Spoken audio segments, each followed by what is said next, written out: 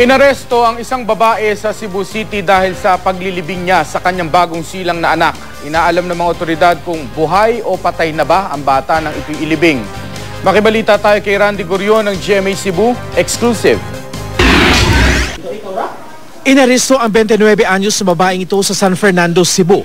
Isinumbong siya kahapon sa pulisya ng ilang residente ng Barangay Panagtaran dahil inilibing daw niya ang bagong silang niyang anak. Ayon sa isang saksi, nakita niya ang babae habang ibinabaon nito sa isang bakanteng lote ang isang sanggol. Hindi naman matukoy ng saksi kung buhay ang bata nang ilibing ito. Bago nito, may ilang nakakita raw sa kakaibang ikinikilos ng babae mula pa noong nakaraang linggo. Sigplin-plin sa yuta. Na pag kuha na to, pag ugma sa pagsabado, dira siya, sige siya guna-guna dali. Pagka-Domingo to, nahibong ko. Anong, pag ansi sa umango diri, nag-kaut-kaut siya. Yan, pawaon. Kahapon hinukay ng pulisya ang lugar kung saan umano ibinaon ang sanggol. Nakita nga ang sanggol at doon na hinuli ang ina nito. Inamin naman ng babae na nanganak siya noong Biyernes at inilibing daw niya ang bata. Tumanggi naman siyang magbigay ng detalye tungkol sa kanyang panganganak.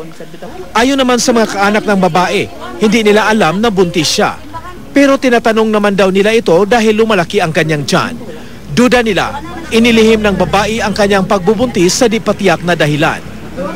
Pangkuan niya nga, nakuan siya, nakuyawan na siya ba?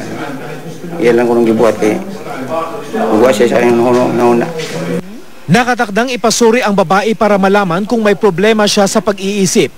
Inihahanda rin ang reklamong isasampal laban sa kanya. Randy Gurion, Nagbabalita, Pilipinas.